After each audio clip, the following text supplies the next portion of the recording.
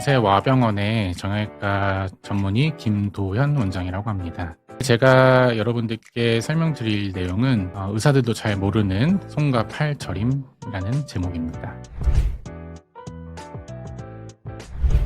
손목 터널이라는 게 그림에서 보시는 것처럼 손목을 지나는 신경이 있습니다. 여기 보시는 것처럼 한 터널 같은 공간을 우리가 손목 터널이라고 하고, 이 터널 안에는 힘줄, 그러니까 손가락을 구부리는 굴곡건들과 정중신경이 한 방을 쓰고 있습니다. 내가 만약에 손을 많이 사용하거나 악력을 요하는 일을 많이 한다든지 이렇게 되면은 힘줄이 붓거든요. 그래서 힘줄이 부으면 상대적으로 정중신경이 지나가는 공간이 좁아지면서 증상이 더 심해지는 이런 양상을 만약에 보인다라고 한다면 손목 터널 증후군이라는 것을 의심해 볼 수가 있습니다. 유병률은 3에서 6% 정도 얘기하는데, 실제로 손에서 뭔가 저림 증상이 생겼을 때 가장 확률이 높은 거는 손목 터널 증후군이라고 보시면 됩니다.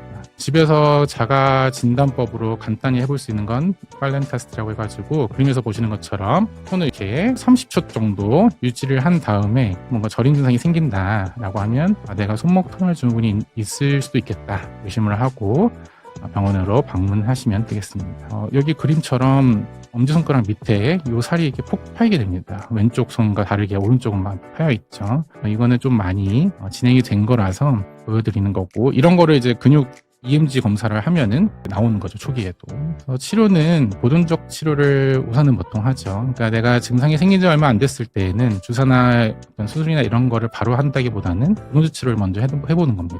손목 과신전, 과굴곡 제한 이렇게 써놨는데, 이 과신전, 그러니까 손목을 많이 이렇게 뒤로 제끼는 동작을 하거나 과하게 구부리는 동작 했을 때 손목 터널 안에 있는 신경의 압력이 가장 높아지는 자세예요. 제 환자분 중에는 프로그래머여가지고 계속 키보드를 하루 종일 쓰시는 분들은 과하게 손목을 이렇게 뒤로 꺾으니까 계속 저리는 거가 생기는 거죠. 허전되는 게 덜이다 하면은 스테로이드 주사를 신경 주변에 맞아보면 조금 더 드라마틱하게 좋아지는 경우도 있습니다. 이런 보존적인 치료를 열심히 했는데도 불구하고 한 3개월 정도 지났는데도 지속이 된다 하면은 어쩔 수 없이 수술 치료를 고려하게 되는데, 또 3개월이라는 게 제가 그냥 대충 3개월 정도면 오래됐겠지 이렇게 해서 정하는 게 아니라 이런 거는 다 연구 결과가 나와 있어요. 그래서 만약에 병원에 오셨는데 딱 봤는데 근육축이 아까 엄지손가락 밑에 있는 살이 패인 것처럼 이미 와 있다라고 하면은 보존적인 치료가 별로 의미가 없기 때문에 바로 수술 치료를 보통 권유해드리는 편입니다. 수술은 고식적으로는 이렇게 절개를 해가지고 이 횡수근 인대를 쭉 째주는 거예요. 대단한 걸 하는 건 아니고, 요즘에는 손목 쪽에다가 조그맣게 째가지고 기구를 넣어서 이 밑을 쭉 여는 겁니다. 이건 이제 제가 수술한 환자분인데, 요거 상처가 되게 작죠. 그리고 요 손바닥에 절개를 직접 가하는 게 여기가 신경도 예민하고 뭔가 피부도 이렇게 질려요, 만져보시면. 그래서 아무는데도 오래 걸리고 하는데, 이렇게 좀 밑에다가 절개선을 넣고 안에만 절개를 하게 되면 훨씬 회복도 빠르고 상처도 적죠. 이게 6주째니까 나중에는 이게 주름에다가 하기 때문에 거의 보이지도 않습니다. 주간 터널 증후군, 이것도 이제 들어보신 분들이 있을 거예요. 주간이라는 게 팔꿈치를 주관절이라고 얘기하거든요. 그래서 팔꿈치에서 문제가 생기는 신경병증이고, 이 그림이 팔꿈치 안쪽을 절개해가지고 열어놓은 그림입니다. 이 뼈 뒤쪽으로 해서 척골신경이 이쪽 전완부 쪽으로 나가게 됩니다. 이게 주간 터널이라고 하는 거고, 이 부위에서 문제가 생기는 거를 주간 터널 증후군이라고 합니다. 주간 터널 증후군에 의해서 생기는 증상은 네 번째 절반, 다섯 번째 손가락, 여기가 저리는 거로 임상 증상이 나타납니다. 척골신경에 의한 문제이고, 밤에 잘 때 이 증상 때문에 깨시는 분들이 있어요. 그 이유가 팔꿈치를 이렇게 구부리면 척골신경이 스트레칭 되는 동작이거든요. 이런 분들이 계속 굽힌 상태에서 유지되다 보면 척골신경이 문제가 생겨서 계속 저려가지고 깨죠. 마찬가지로 이 척골신경도 근육을 움직이게 하는 기능이 있어요. 감각 담당하는 거 말고 근육을 움직이는 기능이 있기 때문에 그 근육이 문제가 생기게 되는데, 오래되면 보통 이 척골신경이 담당하는 근육이 손의 내재근의 기능을 담당합니다. 내재근이라고 하는 거는 이 근육이 시작하는 지점과 끝나는 지점이 다 손 안에 있다라는 겁니다. 그래서 내재근은 손가락의 미세 운동들을 담당을 하고, 보시는 것처럼 환자분께 종이를 이렇게 얇은 종이를 잡아보세요 라고 말씀을 드리면, 우리가 보통 이렇게 얇은 종이를 잡을 때 이렇게 핀칭을 할 수가 있는데, 이렇게 잡으려면 이 손바닥에 있는 이 오므리는 근육에 힘이 있어야 되거든요. 근데 그 힘의 기능이 떨어지니까 환자는 종이를 잡아야겠고 기능은 떨어지고 하니까 이 손가락을 구부려서 잡는 거예요. 그래서 이렇게 환자가 잡으면 이게 내재근에 문제가 있나 보다 라고 의심할 수 있는 사인이고, 요 밑에는 이제 더 심하죠. 이게 손가락 사이에 있는 근육들이 다 내재근인데 이게 이제 다 빠지기 시작합니다. 그래서 엄지손가락 여기 사이에 있는 여기가 이제 제일 먼저 빠지거든요. 그래서 폭폭폭폭 패이면 이것도 역시 이미 좀 늦은 거예요. 그러니까 뭐 나중에 수술을 해도 원래대로 돌아오기가 좀 힘들고 돌아오는데도 오래 걸립니다. 그래서 이런 식으로 이제 근육이 문제가 생기는 경우도 생긴다. 그럼 이제 주간 터널 증후군이 도대체 왜 생기느냐? 여러 가지 원인이 있는데 척골신경의 아탈구가 있습니다. 이 척골신경이라는 게 이 팔꿈치 안쪽에 톡 튀어나온 뼈 뒤를 이제 돌아 나가기 때문에 손목을 구부리고 펼 때 어떤 분들은 이게 이제 툭 빠지는 거예요, 앞쪽으로. 그러다가 손목 다시 피면은 다시 이쪽으로 들어갔다가 팔꿈치를 구부릴 때 툭툭 안에서 빠지면서 이런 거를 척골신경의 아탈구라고 합니다. 아탈구가 있는 분들이 다 문제가 생기는 건 아닌데 계속 빠졌다 들어갔다 하면은 신경이 자극이 되면서 변성이 생길 수 있거든요. 그러면서 생길 수 있다라고 하고, 두 번째는 뭐 반복적인 압박. 요즘에는 스마트폰 이런 거 많이 하니까 책상에 나도 모르게 핸드폰 들고 이렇게 오랫동안 있다 보면은 척골신경이 눌리는 거예요, 책상에. 그래가지고 나도 모르는 사이에 시간이 지나 보니까 많이 저리는 거죠, 이쪽으로.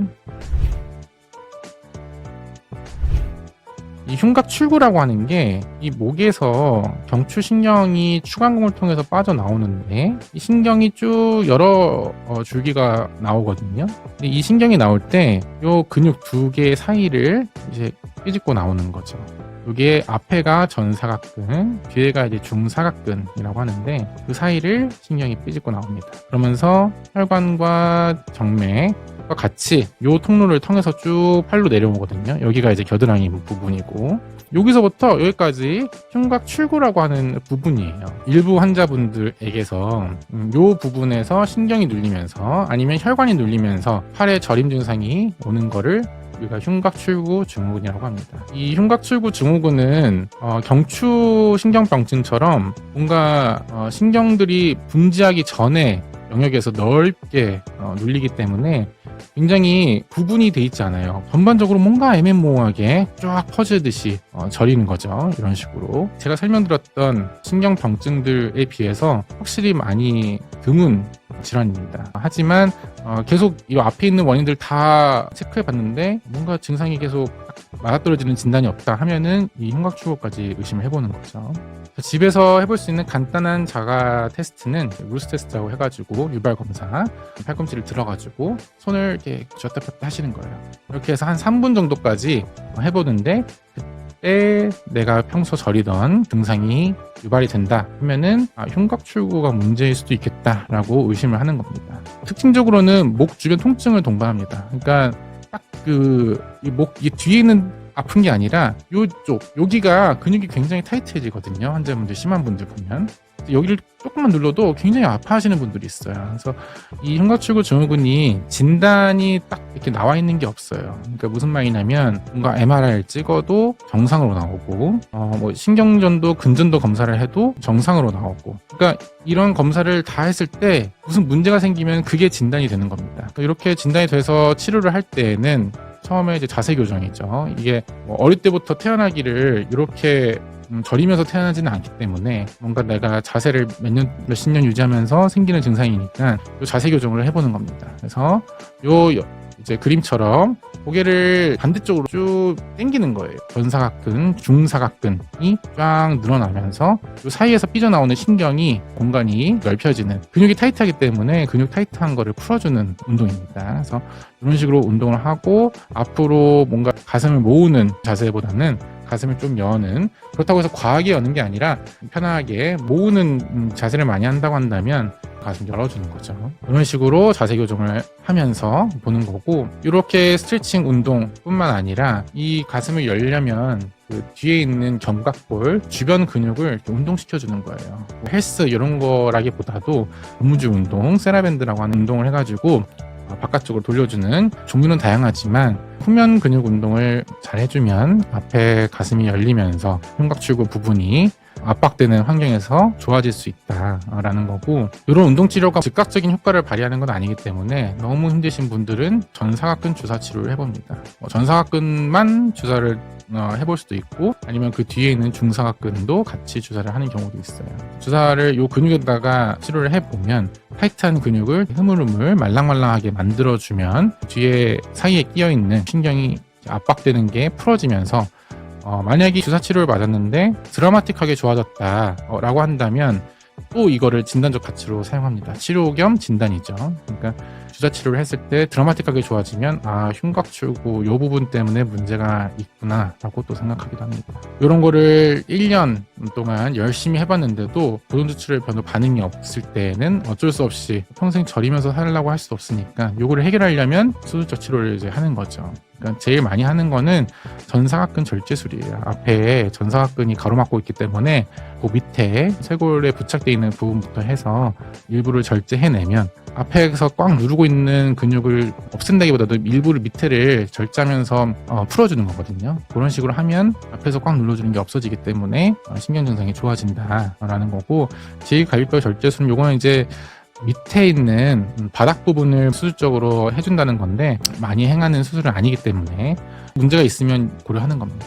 이 내용 말고도 다른 내용들로 여러분들께 설명을 드릴 수 있는 시간이 있었으면 좋겠습니다. 감사합니다.